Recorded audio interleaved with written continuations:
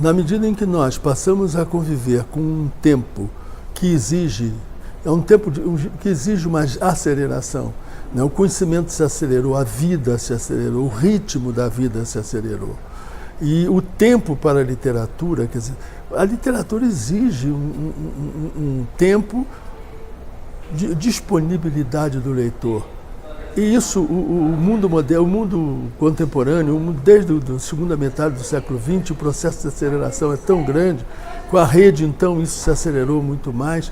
Então, a literatura começou a perder o lugar de centro como produto cultural. Antes ninguém questionava a condição dela.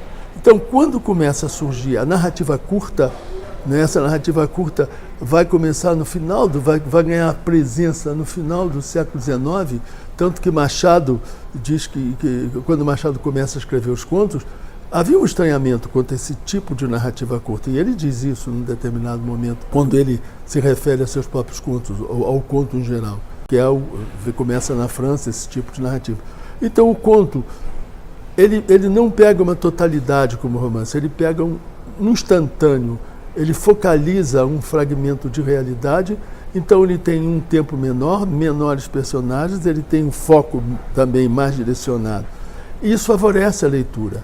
Tanto isso me parece legítimo, que logo depois a aceleração ganhou um outro gênero, ainda mais curto e mais rápido, a crônica.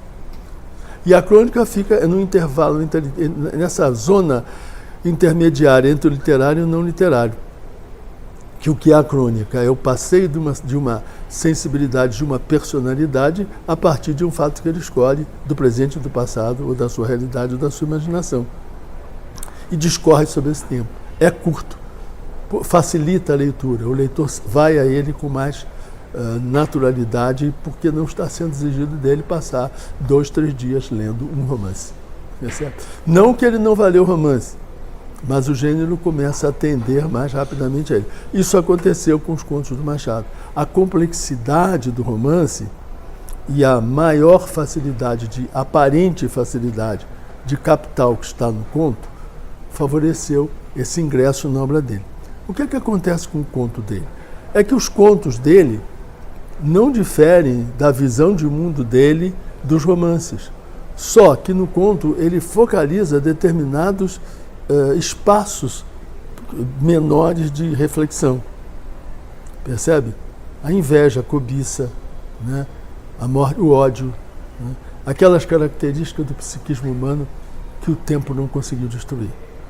Quer dizer, nós temos uma série de características internas nossas, no nosso psiquismo, que o escritor que escreve um texto representativo, esse texto dele nos remete a essas coisas.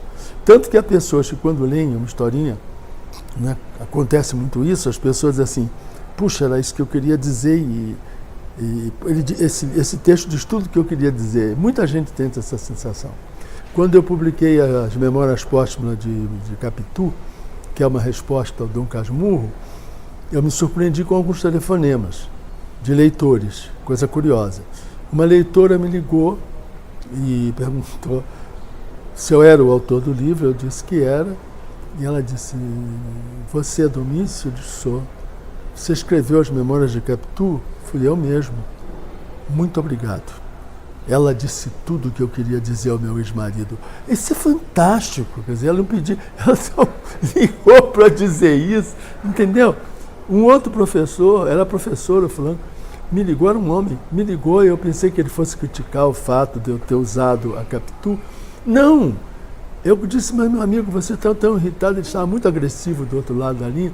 Mas o que está acontecendo? Você está tão irritado? Disse, não, porque você não podia fazer isso. Mano, vai me criticar por eu ter usado. Não!